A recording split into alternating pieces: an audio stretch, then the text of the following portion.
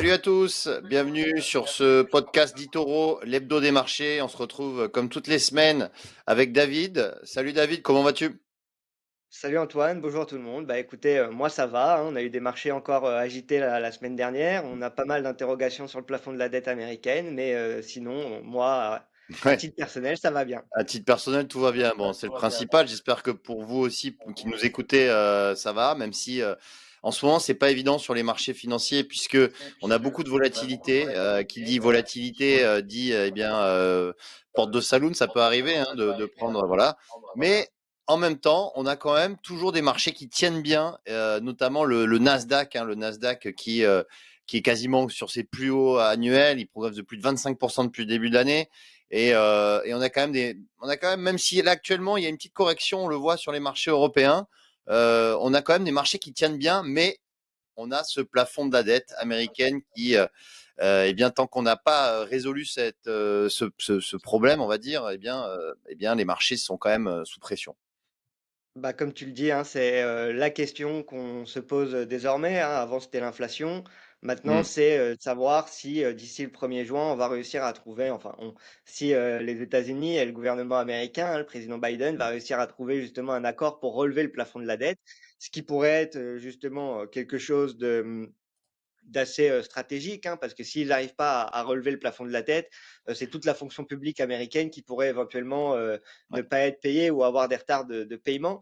Et puis, comme tu l'as dit, sinon on a des marchés, un Nasdaq qui, continue de progresser avec, le thème de ce début d'année qui est, et on le voit, on en a déjà un peu parlé dans le podcast, les précédentes semaines, mais qui est, l'intelligence artificielle. On va revenir d'ailleurs un peu plus tard sur les résultats de Nvidia qui ont, agréablement surpris les investisseurs. Mm. Mais, voilà, et puis sinon, d'un point de Toi- vue macroéconomique, on a toujours Ouais. Non, mais je voulais savoir, toi, à titre personnel, tu penses que les Américains vont s'entendre pour trouver un accord sur le plafond de la dette?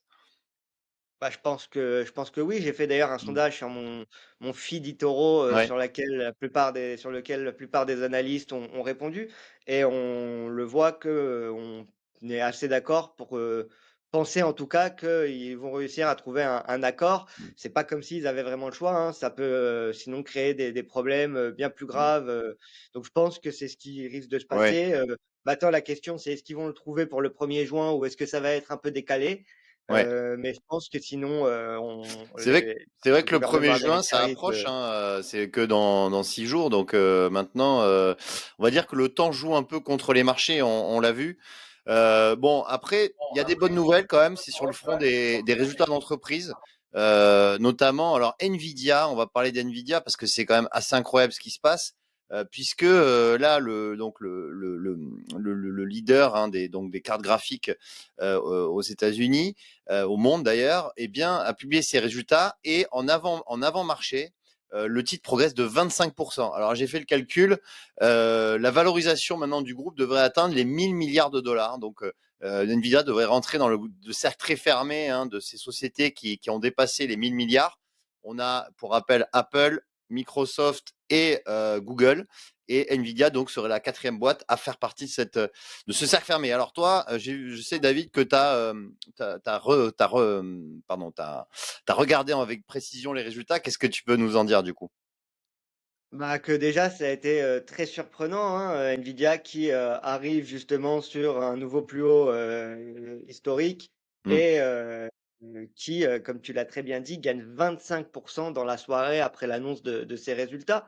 Des résultats qui sont mieux que ce qu'attendait le marché, mais qui sont pas non plus Oui, ils sont pas extraordinaires. extraordinaires, hein, je crois. Hein. Non, non, ils C'est sont pas pas. extraordinaires. Ils font très bien, en fait, sur, tout ce qui est data center. Donc là, c'est en Mm. hausse, de 14 d'un peu plus de 14.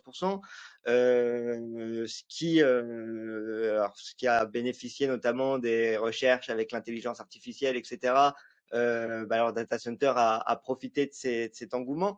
Mais sinon, on est sur un plus haut historique, et pour, te donner une petite info, hier, à la suite de ces résultats, justement, Nvidia ajoute 220 milliards de capitalisation, boursière. Et Voilà. pour te donner un titre de comparaison, si on compare avec certains de leurs concurrents, hein, notamment AMD, Intel ou, Micron.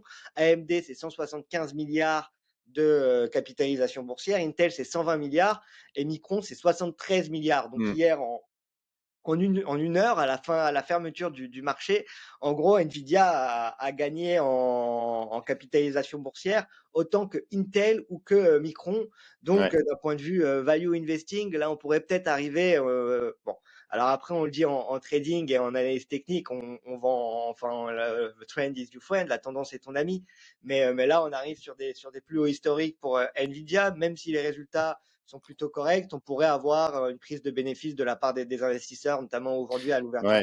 marchés Mais et ce qui est peut-être dans la incroyable avec Nvidia, c'est qu'au départ, Nvidia, c'est des cartes graphiques, hein, donc c'est vrai que des puces, hein, donc destinées à améliorer la qualité des images, mais en fait, l'utilisation de ces puces a été étendue, notamment par leur capacité de calcul. Et ça, c'est un outil indispensable pour l'intelligence artificielle générative, du coup. Hein, c'est le troisième niveau de l'intelligence artificielle. Et c'est vrai que, en fait, les investisseurs anticipent que finalement les puces de Nvidia vont être très très utiles pour remplacer toutes les autres.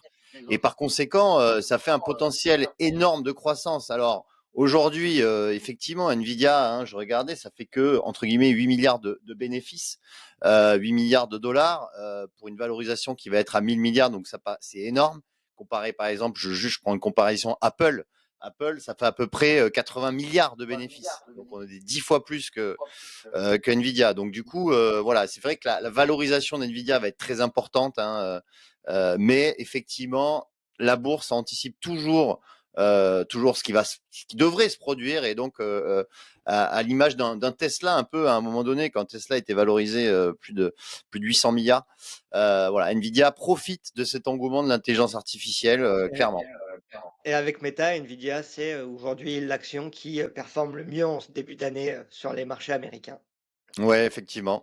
Alors, il y a une autre action, pardon, qui a retenu ton attention, qui a publié aussi, c'est Snowflake, hein, qui est dans le cloud.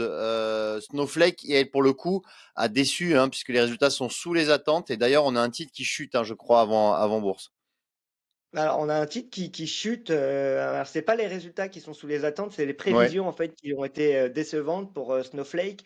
Et donc, d'accord. on a un cours là en pré-bourse avant l'ouverture de la bourse qui est en chute de 12%. Mais on a quand même appris quelques bonnes nouvelles pour Snowflake, notamment le fait qu'ils souhaiteraient faire l'acquisition de Niva. Donc, Niva, c'est une startup qui était un moteur de recherche et qui a décidé justement de se concentrer maintenant sur tout ce qui est moteur de recherche dans l'intelligence artificielle et ne plus l'ouvrir au grand public. Donc, Snowflake va acquérir cette société. On apprend aussi qu'on a un BPA à 15 cents contre 5 cents attendus, donc c'est quand même mieux que ce qui était anticipé par le marché. Et on a un chiffre d'affaires qui s'élève à 624 millions de dollars contre 608 millions de dollars attendus.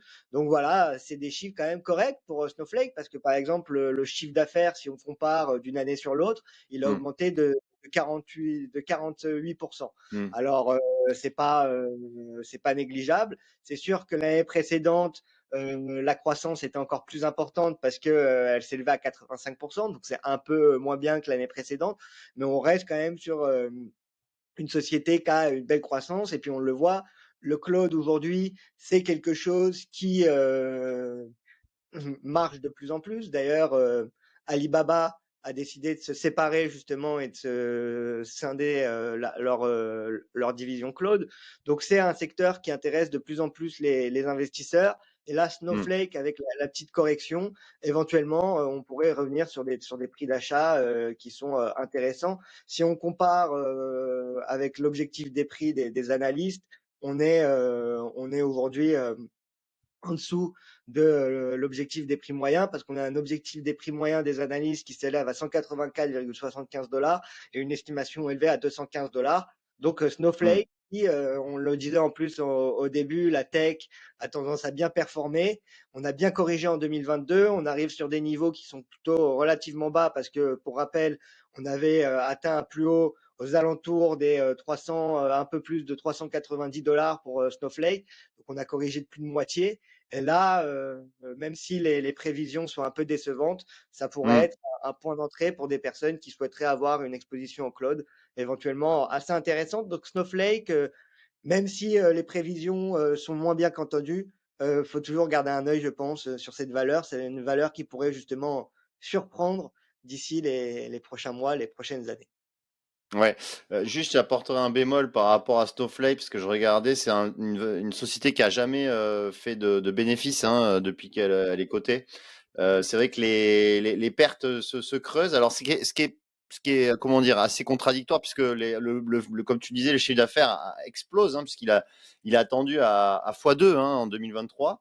Mais effectivement, les pertes, enfin, les pertes s'accumulent d'année en année. Et c'est vrai qu'en 2023, on attend aussi une perte assez importante pour Snowflake. Donc, du coup, attention quand même, parce Ouais. que Pour c'est les une société. investisseurs value, c'est peut-être pas la meilleure action à avoir. Maintenant, pour ceux qui s'intéressent à tout ce qui est growth et à tout ce qui est valeur de croissance, je pense que ça pourrait être, enfin, je pense que garder un œil sur cette valeur, c'est pas, Oui. ça fait sens.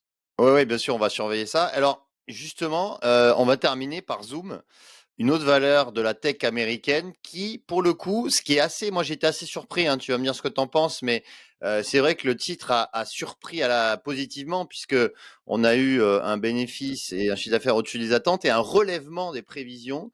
Et malgré cela, le titre a baissé hein, sur les 2 dernières séances. Je crois qu'on perd à peu près 10%. C'est assez surprenant sur Zoom quand même.